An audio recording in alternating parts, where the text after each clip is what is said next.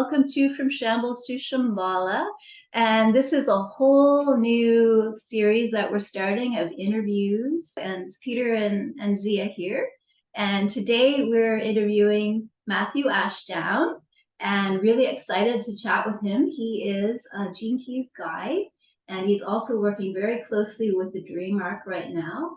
And he also has this beautiful Facebook page called Grail Quest. So we'll be talking a lot about Grail Quest today, and also particularly a recent Grail Quest that he has been on.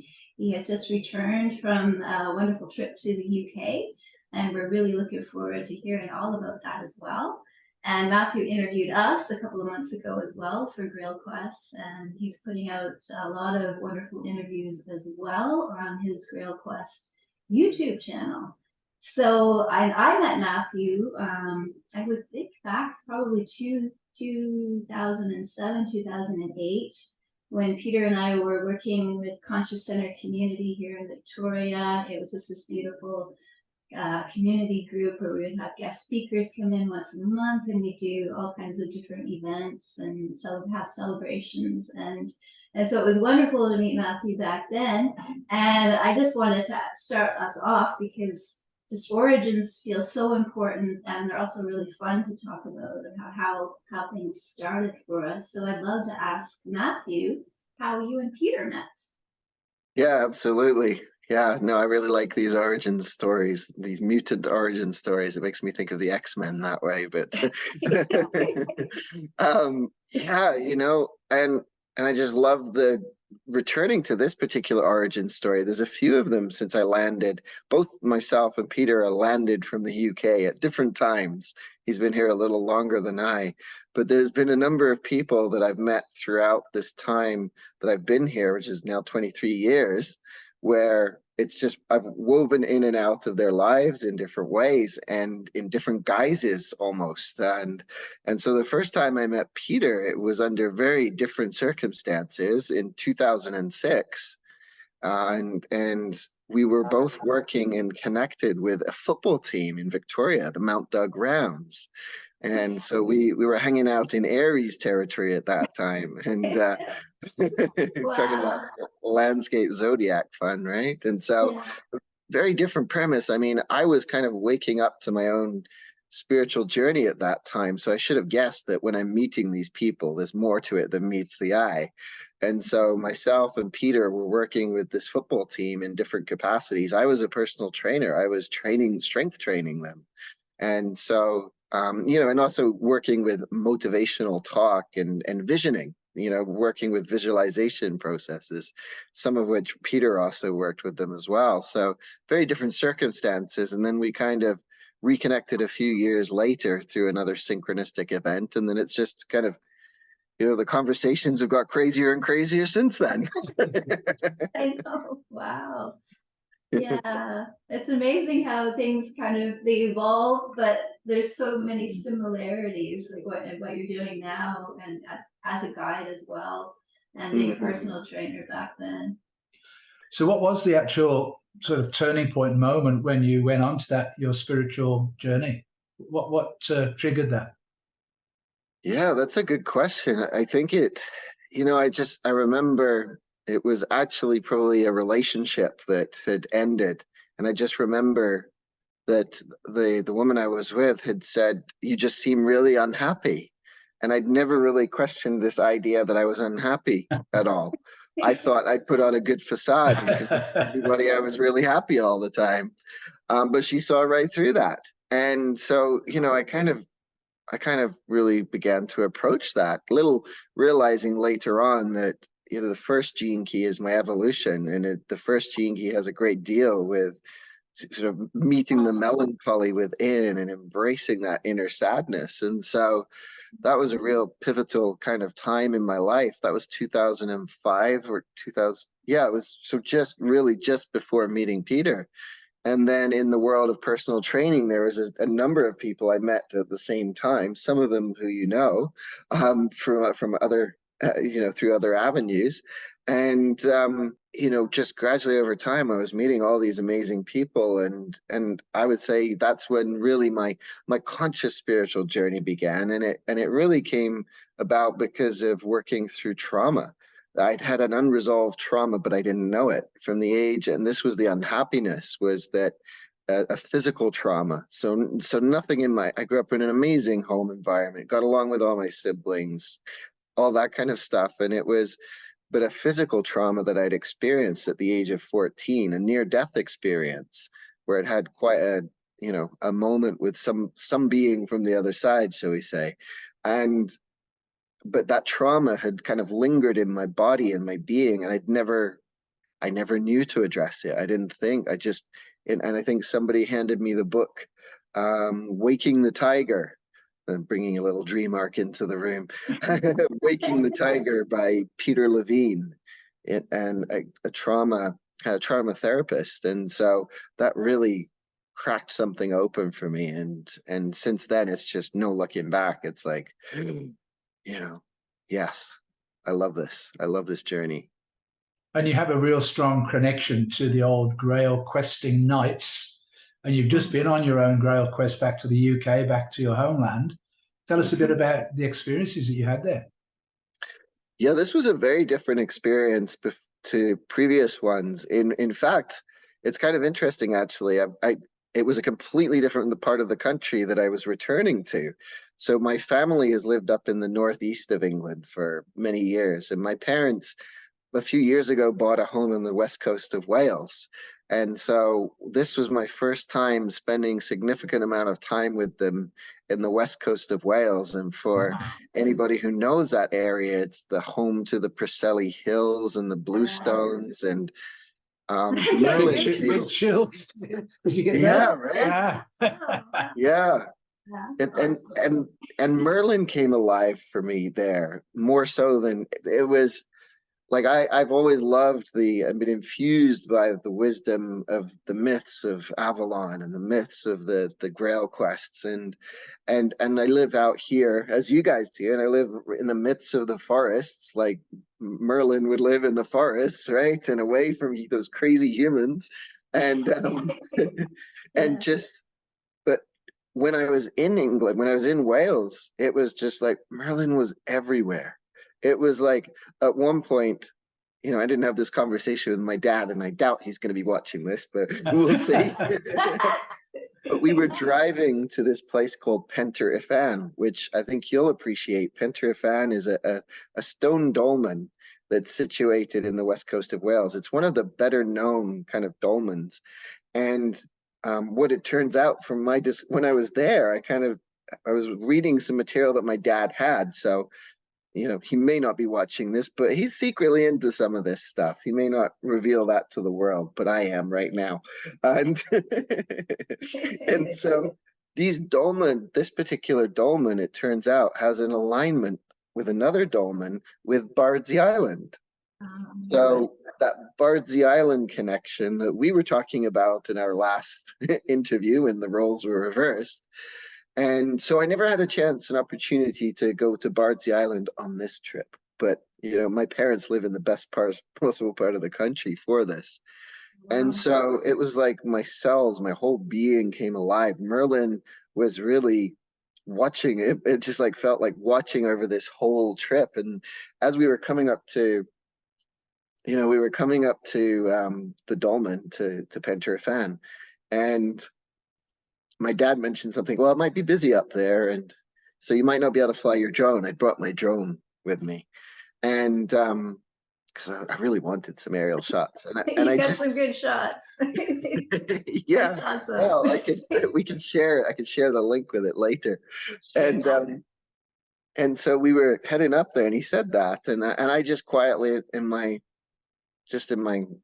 inner space, I just said, okay, Merlin, if there's a way that we could make sure that we could fly while I'm there, you know, that would be fantastic. All of a sudden, my dad's car radio turns on.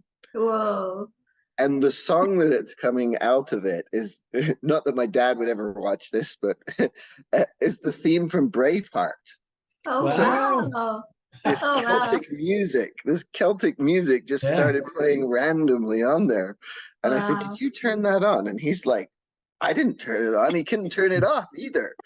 And so just kind of let him drive. And I got there, but I was kind of quietly smiling away. And then on the way after leaving, we were driving away, and I just felt this is really about ancestral reverence for me. This is what this experience, a couple of days earlier, I'd actually heard from one of my aunts that there is a lot of Welsh in our blood, and I didn't know that. These are the discoveries I made on this trip. And so when we were leaving, we're driving along, and an aunt of mine had passed away recently, and she and my grandmother had co-written a children's book together called Sam the Black Cat. And so I'd been seeing black cats all through Canada suddenly before I left. And I was like, "What's this all about?" And Nicole's like, my wife, she's like, "Well, that's Nella." Oh, right. And then, so as we're driving down this street, this country lane, and if anybody's driven through country lanes in England, they're very narrow. Like you can squeeze the car down, and bushes are pushing on both wing mirrors. Yeah. And this is a 60-mile limit down, 60 mile an hour limit down. Like us Canadians, we are slow drivers. Anyway, we're driving down. First, I see this black cat crossing the path, and it's like, "Oh, thank you, Noah." But then this beautiful buzzard just comes and lands right in front of the car. And it looked like it was going to pick something up, and it didn't, and it flew off again. And my dad's like, "Wow, I've never seen a buzzard do that and that close." And I'm whispering in my head, "Well, it's because you don't work with the dream arc." But and then the buzzard is this ancestral revelation. So it's this key of ancestral revelation. And so this whole journey, it felt like you know, in the work of the dream arc, which we might talk a little bit about later, is the indigenous traditions of the world and the wisdom that comes from them. And for me, and for many of us who have European heritage, this was our indigenous ancestry. Yeah. And so it felt like on many different levels there was kind of a beating going on there for me, not a beating, but a beating as in a rhythm. There was a rhythm that I was attuning to Yeah. there, both in the land and in the ancestral sort of lineage in that way. And this is the first time that it was so funny. It's like I went down to Devon. I actually went down to meet Richard Rudd in Totnes in Devon. And so I didn't go to the north of England at all. And I actually was in my birth town of Bristol for like 5 minutes to change trains. And that was the first time. Like I have so much history there, and I didn't spend much time on this trip. And Glastonbury, sailed right. I just did not stop in Glastonbury this time, but Glastonbury and those Grail myths they've just been living and breathing through my world, through my life for the last at least 13, 14 years consciously. But, as you know well too, Peter, being born in the same area, it's like, I remember having this kind of revelation one morning years ago. I was like, when realizing that so many of these myths of Avalon had their foundation in this part of the world, I just said, "Oh, I was born in Avalon," and all my cells of my body was like, "Oh, wow," because I was born just outside of Glastonbury, or Glastonbury is not far from where I was born. So the Grail connection has been there my whole life, really, but it's been something I've been consciously aware of, I would say, again, since about the time I met Peter. Surprise, surprise. So, yeah. So So, real Grail so, Quest. so you had this wonderful opportunity after you'd finished your own Grail Quest to meet up with Richard in Totnes. What was that like for you? So normal. So normal. It was so good to meet him in person, after 10 years of just imbibing the wisdom that he shares. And what I felt like when I was there was I was talking to somebody who just treats everyone as an equal, for one thing. And I didn't want to pick his brain for stuff. I mean, like, I'm sitting there with him, like I could ask 1,000 different questions, but I've got all these books I can return to, so I can, we spent about 3 hours together, and before going, there was a part of me that was like, that's not very long. I got to make the most of this time, and there was a little part of me like, it's going to go by so quickly. There's not enough time. And so I had to just talk to that little part of myself because it felt timeless. It felt like we were there. And his purpose gene key is timeless. So I should have guessed that before coming into it. But it was such a, we were walking down by the River Dart, which you might have seen some videos where he's sharing his wisdom down by the River Dart. And he shared so much of his love of the work of the dream arc that's really his love at this. I mean, all of the Gene Keys transmission is his love, but we talked for 3 hours straight, really, about the dream arc. And then at one point, these two girls came up, and one of them said to Richard, "Are you not to me, are you the Gene Keys guy?" And Richard says, "Why, yes, I am." And he starts interacting with these two women. And after they left, I said, "So does this stuff happen all the time?" He says, "Never. This never happens." Really? He Wow. says, being in a small town like Totnes, people, and ironically, these two women they were just visiting Totnes from Glastonbury. So in a way, I did get my Glastonbury That connection. was your connection. It Oh, showed up in a different way. So, and he was just, it was just like having coffee with a friend, like with anybody here. And that for me is something I really appreciate. There's it's like, if I put him on a pedestal, he would have kicked me off the pedestal, or he would have kicked himself off the pedestal. Yeah, he would. He would. Yeah. And so, I shared some photographs of our meeting online, and the one thing that people were reflecting when I heard it, or when was just it was like two old friends meeting up, Yeah. and that's what it really felt like that. And I've only connected with him a few times one-to-one online before, but I've imbibed his words for so long. It's like, I know you, right? Like, Yeah. I could be completely psychotic. He might have thought it was the weirdest encounter ever, but to me, it felt very normal. It's all relative. I remember I saw those pictures that you posted on Facebook of you and Richard, and somebody had commented two wizards, and I just thought that was so appropriate because that's what it totally felt like. Yeah. And I just get chills there too. And I mean, that's what I feel around him is just, here I've been imbibing the energies and life of Merlin, and then I step into this space in Totnes that has its own Merlin connections. The south of England has different kinds of Merlin myths and stories, but it's very much the wizard of that part of the world. And Richard and I did talk. In fact, where Merlin came into the conversation is get him talking about birds. At one point, we were walking through past the River Dart, and there is this cacophony of birds singing. And he says, "Oh, what's that bird?" I'm like, "Which one? I'm hearing like 15 different birds at least." And he pulls out his phone, and he's got the Merlin app. And the Merlin app is one that picks up bird sounds and identifies the bird from it. And what was funny, another connection here for me, I'm almost getting the goosebumps even starting to share this story, is that he said, "Oh," he says, "I've never seen one. This is a gold crest." And I'd never seen one until a few days before when I was walking through the Preseli hills and my uncle, and I just saw this tiny little bird. And I was like, "That's not a hummingbird. What is that? It's so tiny and so delicate." And he says, "Oh, that's the gold crest."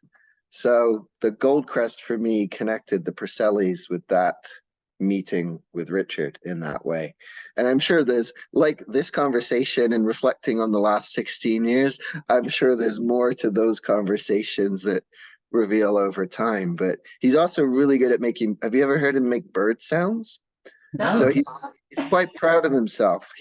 He's quite proud of, I'm outing him here. I don't know if but he's quite proud that he can fool the Merlin app because of the bird sounds he makes are so convincing. Wow. So he would make Yeah. the bird sounds, and Merlin app would say, "Well, this is a white-collared dove." And Brilliant. so I guess he plays games with himself. Yeah. he So, does. He has fun. He's very yeah. playful in that way, Yeah. and Yeah. that's another, just a very real human being, and it's I really appreciate that, as well as being, this prophet of this prophet of this huge, you know, transmission that we And work with. there's the whole legend of the language of the birds, and it just sounds to me that Richard has mastered that language. Just another of those ones he's mastered. Yes. Yes, yes. And you indicated how important Dream Arc is to Richard, but now Mm. you are very much engaged and involved in that. So just tell us a bit about that. Yeah. Yeah. Now the dream arc for me started 2 day. I was, or no, it was the day that it was released. I was like, I'm in there. I had seen, for about a month straight, I'd seen woodpeckers every day, and they were just like knocking on my gate in the old place where I lived, and flying over my head and waking me up in the morning, and for a whole month. And then when we got into this, at that time I didn't know that, I knew that the woodpecker was related to my vocation gene key, the 62, but I didn't know that it was going to be one of these portal creatures within the dream arc. And so I was like, well, I've got my portal creature. It chose me. I didn't even have to sit and think about it. And I have not seen a woodpecker since then, and that was a year ago. Oh, no, that's not true. That's a bit of a lie. There was a flicker showed up here one time at my window and was banging on the window when I was doing the woodpecker meditation. That was a little Oh, wow. uncanny. So I dived into it for this year, and I just could feel it, that the resonance with it. And I just asked, how can I serve the dream arc? How can I help the dream arc? And so I would host, and I still host, these weekly calls on Clubhouse, where we just invite, each week we invite a dream arc guide in to work with us and to support us. And so we just play with it and let it come through. And I've been volunteering and working for administration side of Gene Keys publishing for a few years as well. And so it was about 5 or 6 months ago, somebody asked me, would you be open to kind of supporting Rosie with some of this back end stuff? And I thought, well, if this is another way I can serve the dream arc. Wow. And now it's like, wow, okay, it's been quite the leap since then. The year to the day that I began my journey with the dream arc was the day that I had my first meeting with Rosie. And that evening myself and my wife were going to bed, and the dog wasn't. Gracie, she's a very animated character, and she was just barking at the front door. And I was like, what is it that she's barking at? And I could hear something on the other side of the door.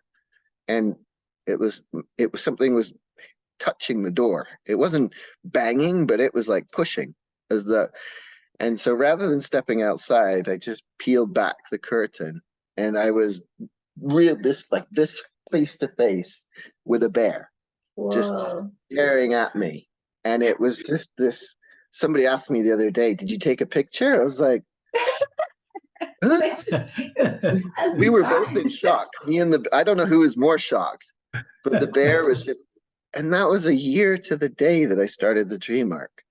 And since then, it's like, I just feel such a deep, this is what I meant when I was, with my dad, is just that there was creatures showing up around us that he hadn't seen in months, sometimes years. Now, some of that was just purely seasonal, I'm sure, but some of it was just, that's for me, the dream arc just shows up in the most interesting ways, and sometimes in the most subtle, and then sometimes a little louder. I was interviewing another Gene Keys guide, George Freeman, who I'm sure some of you know, and there was this fly flying around me, and all of a sudden it landed right here on my third eye in the interview. Wow. And so, we're excited because we've been, I like hit the ground running in terms of what we've been doing and what I've been involved in. It's just been such an honor. And we have this Dream Arc initiation retreat coming up from September through December, from equinox to solstice. And so 3-month journey initiation for people who are brand new to the Dream Arc, who've never experienced it before, or those like yourself who've journeyed with it before, but maybe want to journey with others and experience the collective field of it. And something about it feels very potent. And there's also, leading up to it, will be there's another course that's being offered, and this is being guided by the Jaguar. And so there's a Jaguar journey that is going to be available to anybody, whether they sign up for the Gene Keys courses or the Dream Arc courses or not. That it's just a way to begin to dip your feet and get a taste of this, and then specifically through Jaguar medicine, which is very potent. So, and what gene key is that connected with the Jaguar? well, it's kind of interesting that the Jaguar is the 64th gene key, so it's the gift of imagination, and it just happens to be Richard Rudd's life's work. I mean, and we weren't, none of us were thinking that consciously when we were, in fact, when we were naming it, Richard had a very different name for it. It was Sally Middleton that gave it that birthed the name that it is today. So I'm not sure when this interview is coming out, but it's like this Jaguar's journey is ready to birth, and very much looking forward to hearing how it touches people's lives. Because when I started working with the others on it, I was inviting the Jaguar in. I said, okay, this is your journey, so you show me, how's this working? How do you want to play this? And my wife, who works with clients downstairs underneath my office, came up and she was chuckling because she just had a young girl come to her, a teenager. So very much like the teenagers you would meet in your work there, Peter. And very intuitive. And the girl just turned to Nicole at one point when she was leaving and said, "Why is there so much Jaguar energy in your house?" So it's like, I don't know what the Jaguar journey will bring, but I can feel it, and people around me are feeling it in different ways. And so it's a great introduction for people who haven't quite felt the call to the Dream Arc as a course. And this is, it's a great way to begin to enter into the transmission. So Matthew, one of the things I wanted to ask you, I noticed in your profile, you have both the 49 and the 55, which is a codon ring of the Whirlwind. And we are right in that time now as we sort of enter into the 55th gene key, into the age of Aquarius. So from your own experience of those two keys, how do you see them playing out on a personal scale, but also a global scale? Well, my solar plexus is saying, don't ask that question. Don't ask that question. Yes, these two, the personal and the interpersonal. I can definitely speak to that 49 from as having such a deep resonance with that, even before I came into the world of Gene Keys, and to see that it has it there twice. There's a number of mentors that I've looked up to, and of course I've looked at their Gene Keys profiles, and it's interesting how they also have that 49 in their SQ. And one of those is Andrew Harvey and his work of sacred activism. Ooh, yeah. Which is what I've really appreciated. It helped me in such a big way to, how do we affect change in this world? Because the 49 holds this paradox that Richard speaks to. That's like, nothing we do really is going to change the world, but that doesn't mean we don't do things to change. It's like these paradoxes. And so that 49 with its, the societal changes, I've always felt some impulse around there. And at times rather, I've definitely more come from the victim consciousness of it through my activism days, and So Andrew Harvey's work, again, somebody I met at around the same time I met Peter and Richard. Well, actually, more along the time I think I met Richard.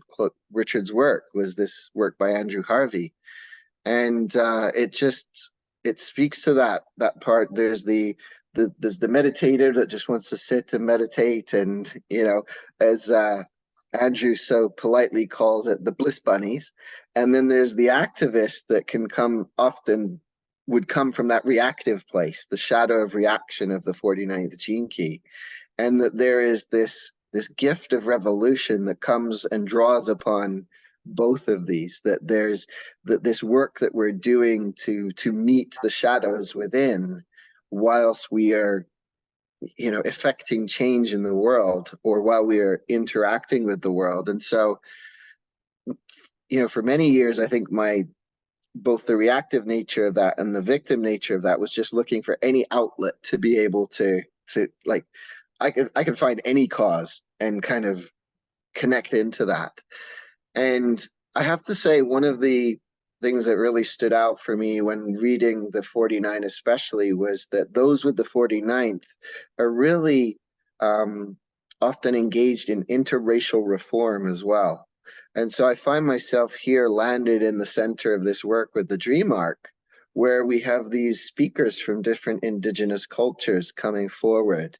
And there's a part of my being, it's lighting up just now talking about it, the potential for healing through the listening to the wisdom of these indigenous cultures, and being able to bridge and bring about some of that interracial reform in a time and a place where we live here on Vancouver Island, that Canada's really going through a self-reflection about it, and each of us individually in some different ways. So that's something that's really resonated, but also the land itself, and there's several other keys that I've played with also through my human design, which point to this, which you two both have a connection to as well, this love of Gaia, and this, because there's that thread that's just a very little piece.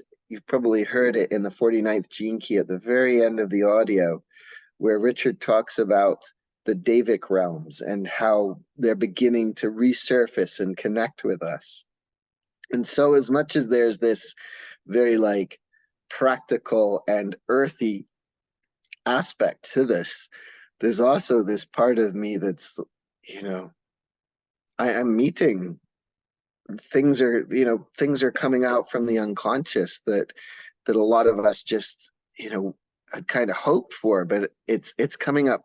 You and I have had this conversation before. We've talked about this, and that many others in the Gene Keys community, I think especially, are really noticing and feeling that there's this communication with other beings within nature, and beyond nature as well. These Davic realms, and there's some sacred tricksters in there too.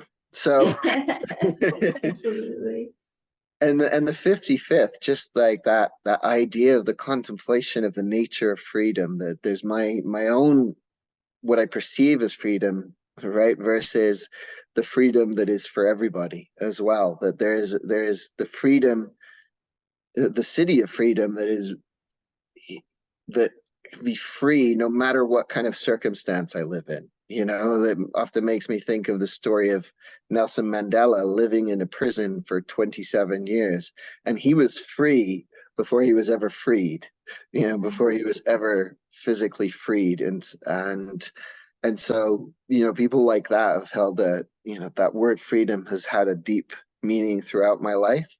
And the two of these together, like this whirlwind, the individual and the collective, that whirlwind between them, and it is a whirlwind. I mean, it feels uncomfortable at times, and there's times that I'm sitting in spaces and I just feel the energy beneath the surface that wants to erupt, both in me but also in the spaces that are shared. And it's like, wow, do we ever need the alchemist right now? That could really approach this with awareness. Yeah. So I don't know if that answers your question. It's a deep and rich. And just one last thing I would say about it too is that I definitely resonate with it as the Tower card in tarot. Yes. Wow. Yeah. Like Well, I all feel of like you have really conjured the energy of the whirlwind because I'm just totally feeling it as, yeah. And the tower card is. well, you guys asked the question, and then my solar plexus was.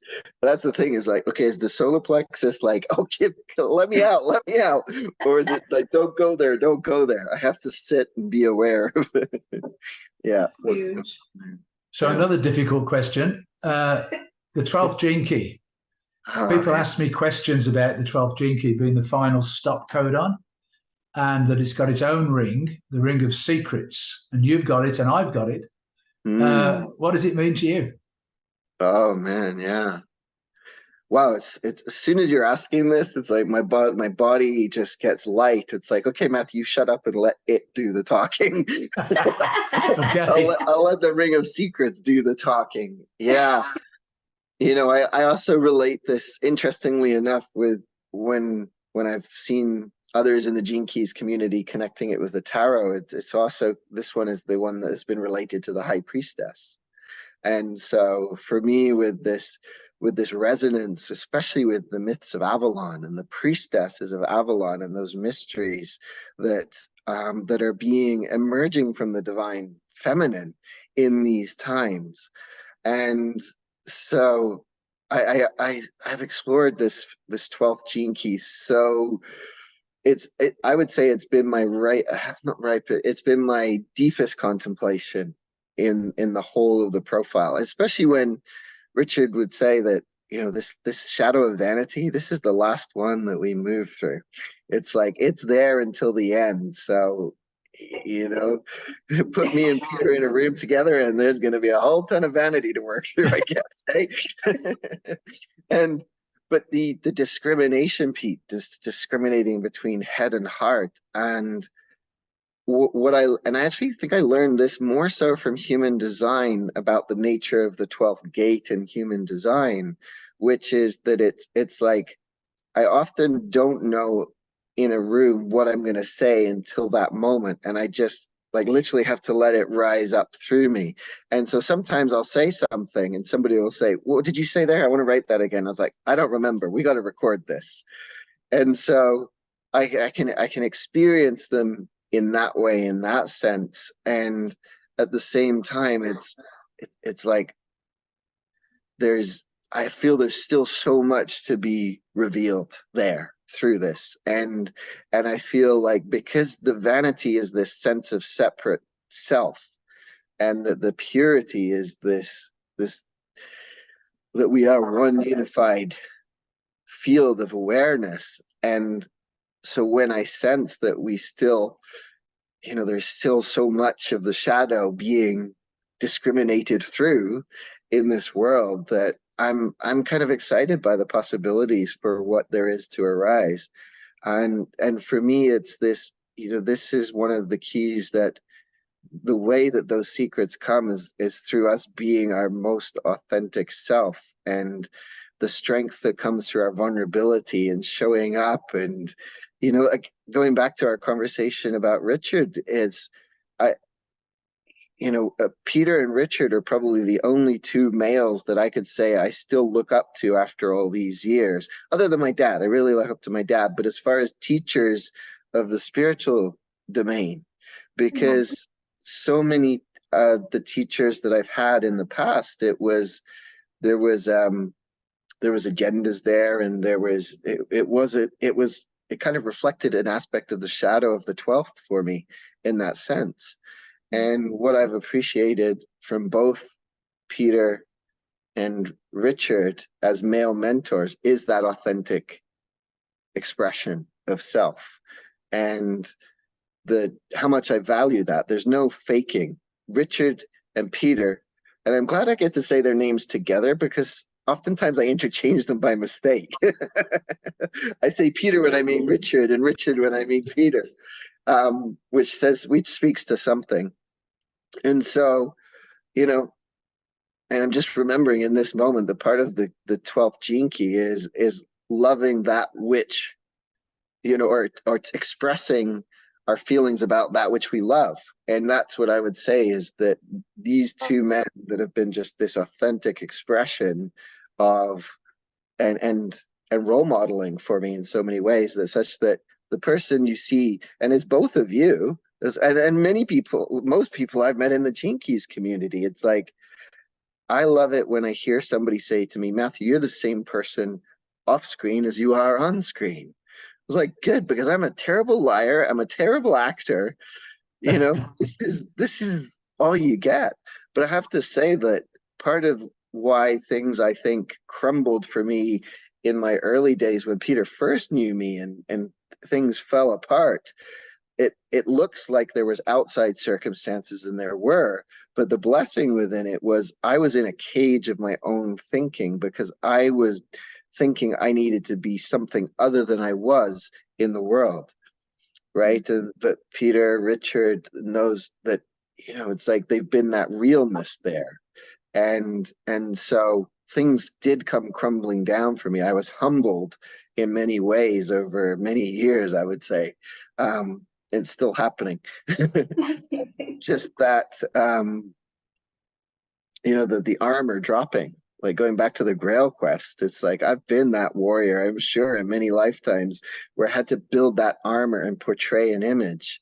And folks in the Gene Keys community are some of the most authentic that I've met. And there's this sense of respect and reverence for our individual spiritual paths and leanings. So there's room for it all here. And so again, I'm sure there's more that the 12 could say on that, but those are the things that have been, I didn't maybe speak to the secrets as much, because I think there is so much that can be revealed, but those for me exist in the cellular structures of our DNA, such that when I say I'm literally feeling my solar plexus, it's like there's a secret within the solar plexus that I'm not yet in contact with, because it's getting my attention in this kind of discomfort that comes when we bring attention to it. Perfect. Yeah. Thank you. Do you feel satisfied with that answer? I feel yes. So authentically satisfied, Matthew. Don't put me on a pedestal, mate, whatever you do. No.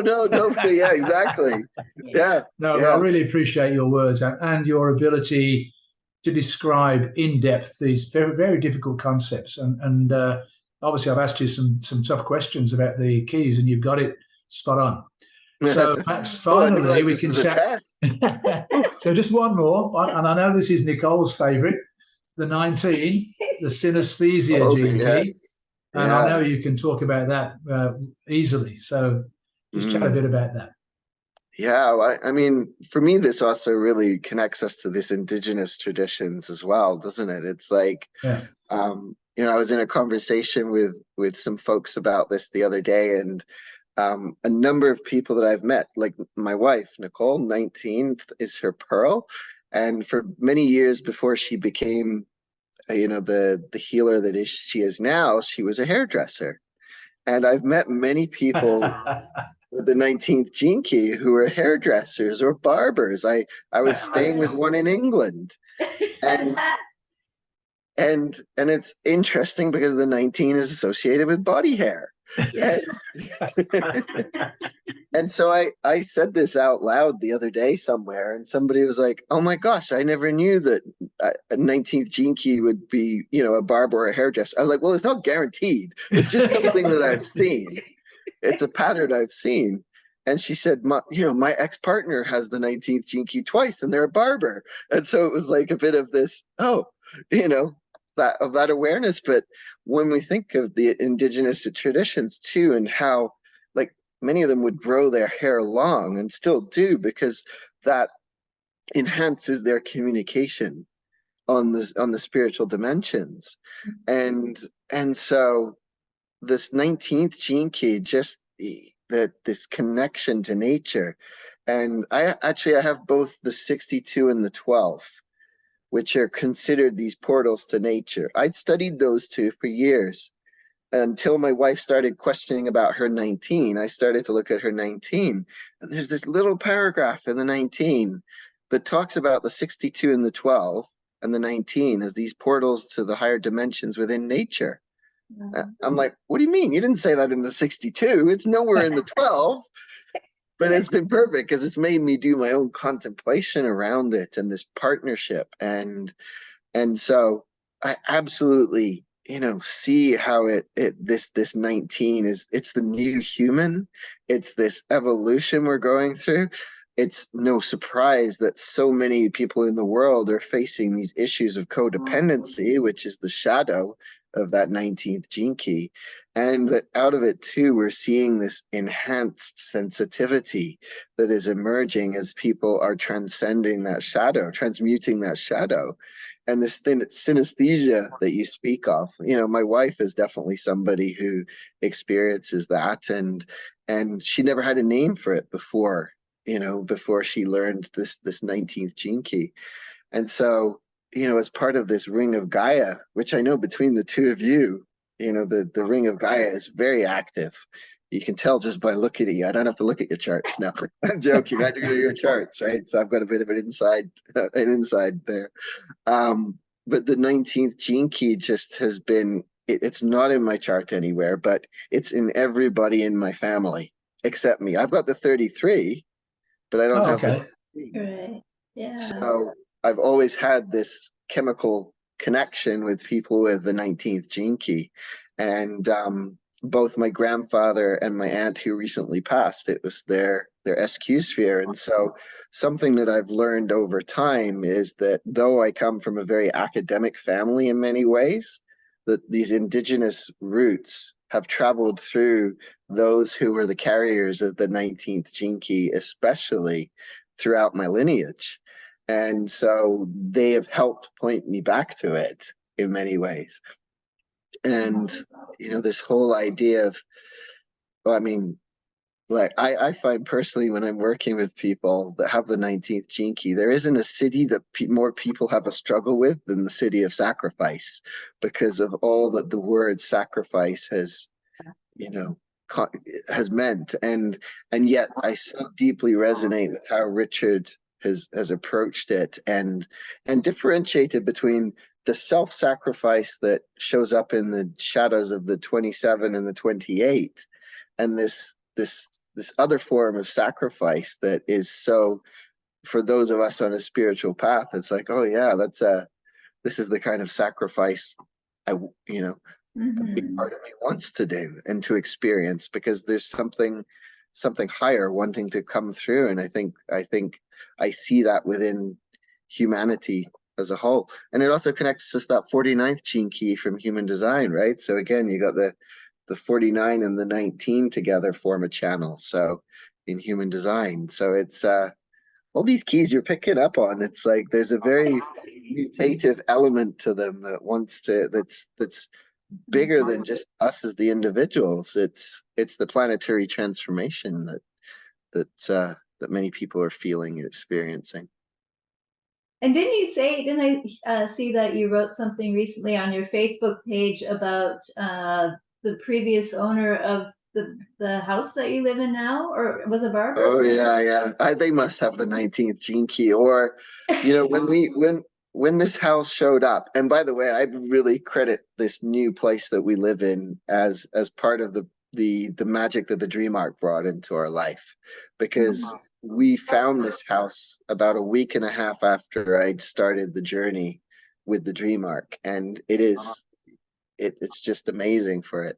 Anyway, the house, we came here and we just both felt this instant resonance with it. It's pretty unique on the strata here, in the sense it's a bright yellow, so it stands out in that way. Yeah. It's got these 6 trees out the back. And so I went into the back garden for the first time the other day. I just crossed my mind to bring a compass. And there's this kind of giant planter that they built and fixed into mine now, back garden. And I stood in the center of the planter the other night, and I'm going to orient myself with north, south, east, and west.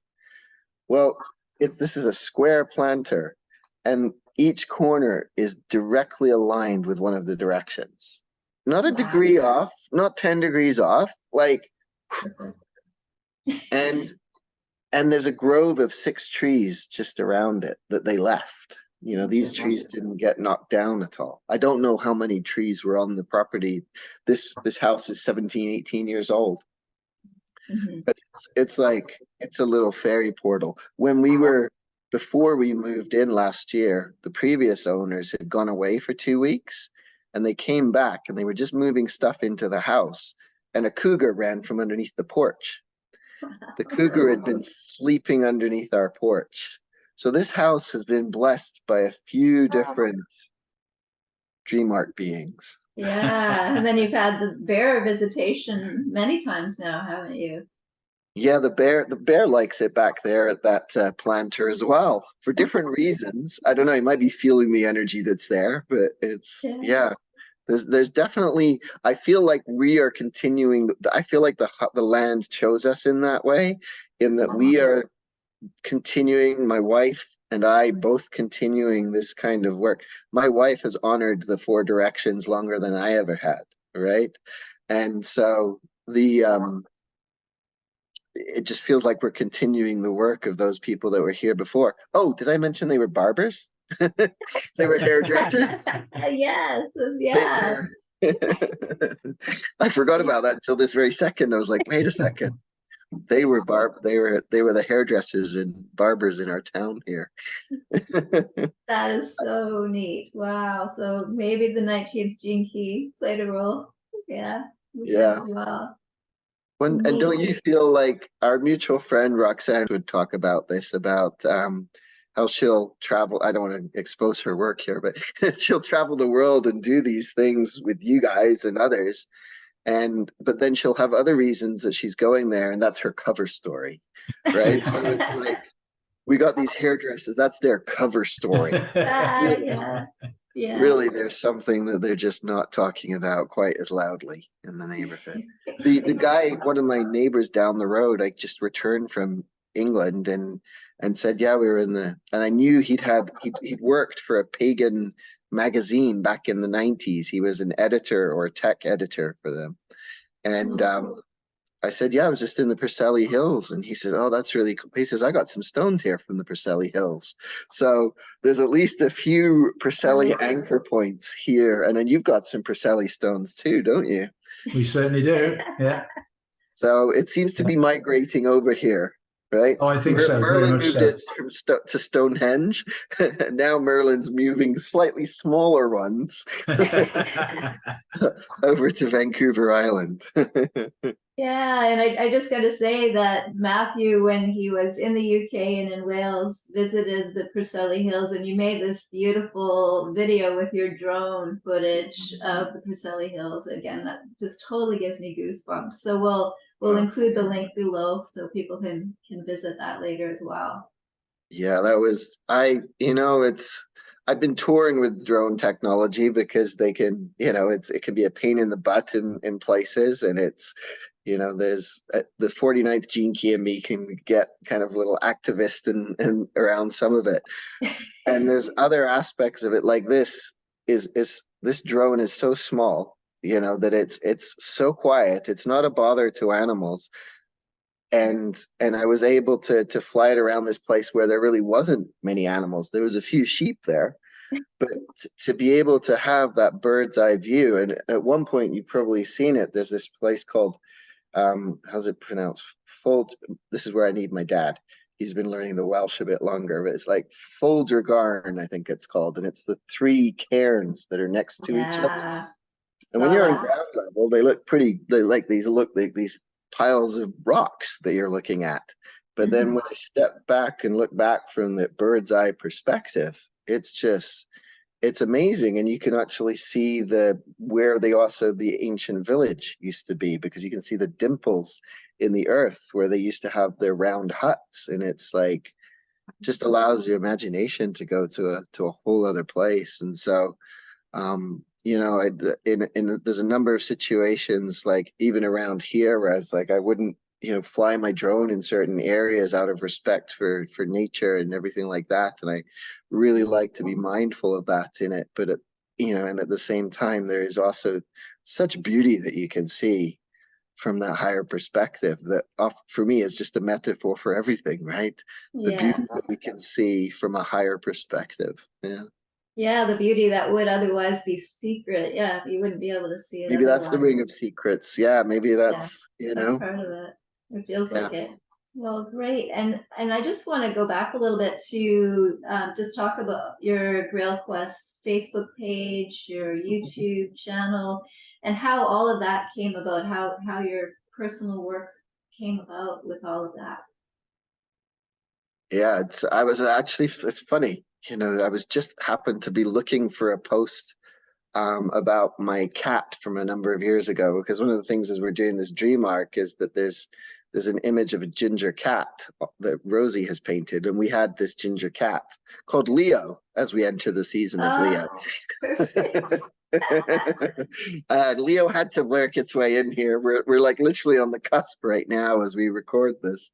Yes. Um, and it's like, wow, I've been doing this for a long time. And a lot of times it's just, you know, can feel like me talking what I'm passionate about. And I would say that that's been it for me, is I've shared the things that I'm passionate, that bring me, that light me up inside. And at the same time, you know, there might not have been any interaction or anything like that, and but just it's brought me so much joy. I had to really learn to let go of needing it to land somewhere. The projector, I'm a projector in human design, so it's like, you know, but just being able to share that over time, the things that mean something to me, and the reflections where somebody was like, oh my gosh, this is so synchronistic, thank you for, you know, it's like, oh, that's when I can trust what I'm writing. And so you know, there was a time back in my early days when I was writing because I wanted to get noticed, I wanted things to be seen, I wanted to get the work out there, and I'm sure there's an element of that still there.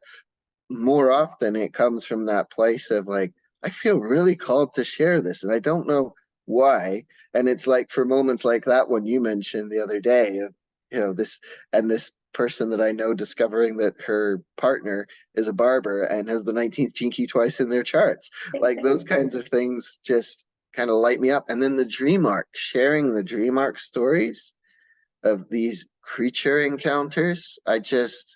Yeah, so it's been this gradual process of building that, and then with the YouTube video, that's had stops and starts and inconsistencies too.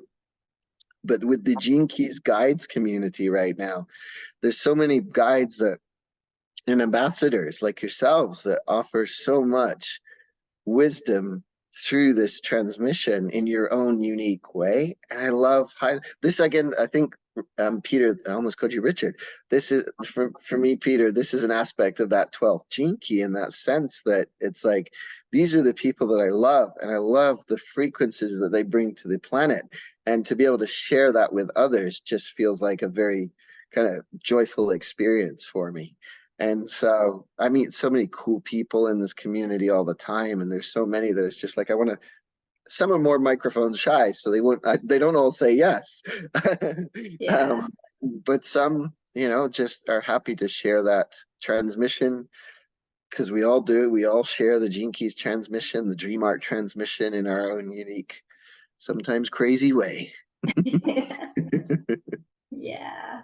Oh, thank you. Yeah, I mean, it just feels like, old friends, ancient family coming together and just having a good time and Yeah. celebrating and having a good chat about it all. Yeah. Yeah. Whenever we get together, that's what it feels like. Yeah, absolutely. And sometimes it's like, you remember that time when we were on that Grail Quest back in 500 AD? Yeah. Do you remember where we left that? I don't quite remember. I know we left it Very. somewhere. Yeah. Yeah. No, I really appreciate these conversations and really grateful for the invitation to come and join you guys today. And we'll just have to keep doing these back and forth because it's Yeah. like, wow, we've just done an hour already, but it doesn't feel like it to me. It went by so fast. Yeah. And thank you so much for doing this. And do you have anything else to ask or say, Pete? Just I just feel, Matthew, that you've revealed a deeper level of yourself today beautifully. So I really want to appreciate you for that. Thank you. Thank you. Yeah, I really appreciate it. And it's being amongst people that we feel safe enough to do that too, Exactly. I think. Yeah. Yeah. So I really appreciate that. So thank you so much. Thank you. And do you have anything else that you want to add, or anything else about your work that you want to include before we? No, like DreamArc is my, it's like I have these other projects of mine that I love, and I continue to do the one-on-one sessions, which just make my heart leap when I'm working with people with the gene keys and one-on-one sessions. And at this time, I've had to put everything else, all my other courses, shall we say, a little bit on hold, because this DreamArc is kind of getting a life of its own, and I want to be there to support it and support Rosie and Richard and bringing that out into the world. And so, if you feel called to and drawn to the DreamArc, and if you haven't been called to it yet, perhaps this is that calling. This working with all that we've talked about today, the wisdom of Gaia, the wisdom of the creatures that show up at any particular moment in time, the wisdom that we experience through our dreams, the wisdom that we experience from the indigenous cultures around the world. All of that lives within this very rich ecosystem that Rosie, Richard, Elijah, Sally, Tanmayo have all put so much time and energy. And for those who don't know, these are beautiful other people within the Gene Keys community. Put so much time and energy into, and that we've received the blessings of so many of these beautiful contributors, some of who you know personally. I think some of you brought into the DreamArc. And so, I love just hearing that people are beginning to engage in this. So for my own work, absolutely always the one-on-one, but the DreamArc is like, that's what I want to see. That I want to see it take its wings, and I think it is. I feel it is, and I think it's time. It's time to fly has come. It's flying the roost, beginning this September equinox. Awesome. Wonderful. Thank you. Wonderful. And we'll add links to the DreamArc and the upcoming retreat down below as well. Absolutely. And again, just want to thank you so much, Matthew, for doing this and having this chat with us today. And as I mentioned at the beginning, Peter and I, from Shambles to Shambhala, we're just starting this whole new series of interviews and chats with people who are working with this time of great change and taking, this forking in the road as we move from the shambles of everything falling apart to the Shambhala of this new earth that is already here and being anchored in. And we'll be speaking to people like Matthew, who are really, anchoring this beautiful work in, bringing in these high frequencies and offering them to the world at this time. So Matthew, it was wonderful to have you as our first interview. And I was the first. Yes. Oh, I didn't know that. Yes, oh, thank you. This is the beginning. So you are launching us on this whole new journey, and we would love to actually do this with you every once in a while, just to check in and see what kind of magic's happening in the future. Absolutely. And you set a very high first standard. So thank you. Thanks, everybody. Thank you, you too.